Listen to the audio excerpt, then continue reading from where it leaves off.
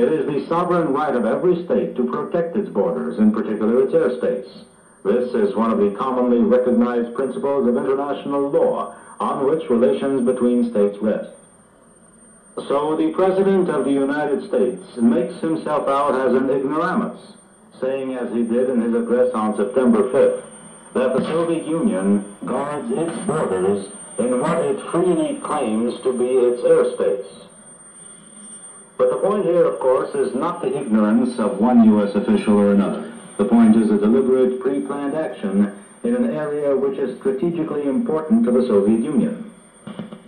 The instigators of that action could not help realizing what its outcome could be, but went ahead with a major intelligence operation with the use, as is now becoming clear, of a civilian plane, deliberately exposing its passengers to mortal danger.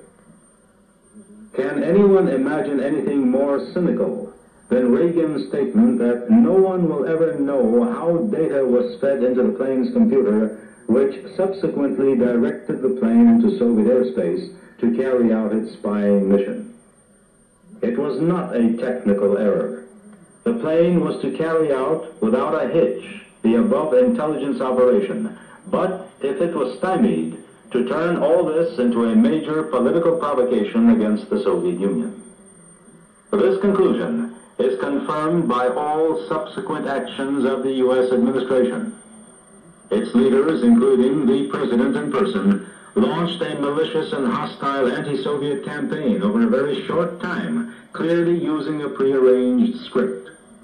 Its essence has been revealed in its concentrated form in the televised speech of the President on September 5th to try and blacken the image of the Soviet Union and discredit its social system, to provoke a feeling of hatred towards Soviet people, to present the aims of the foreign policy of the USSR in a distorted perspective, and to distract attention from its peace initiatives.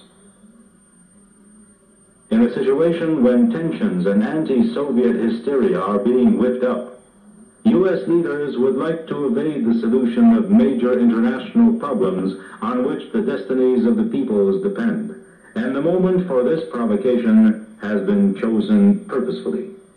It has been staged precisely now at a time when the question is being solved whether the arms race will be stopped and the threat of nuclear war removed, or this threat will continue growing.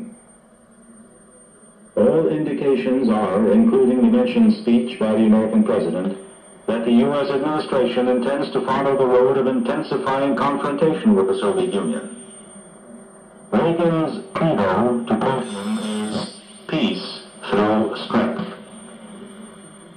No amount of discourse upon the moral values, the spirit of humanism, the treasure of human life can cover up such a policy. Can the statesmen of the country, which deprived millions of people in Indochina of their lives in a most brutal manner, which at one with Israeli aggressors are killing the Lebanese and Palestinians, and whose conscience is burdened with tens of thousands of deaths of Chilean and Salvadoran patriots, speak of morality and humanism? The list of crimes committed by American imperialism is a long one and could be continued. The people on the plane that was used by American special services for their dirty aims fell victim to a fresh crime. The Soviet government expresses its regrets over the death of innocent people and shares the sorrow of their bereaved relatives and friends.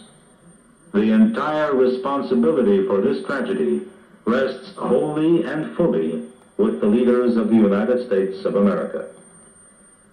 That was a Soviet government statement on the aircraft violation of Soviet airspace. This is the World Service of Radio Moscow.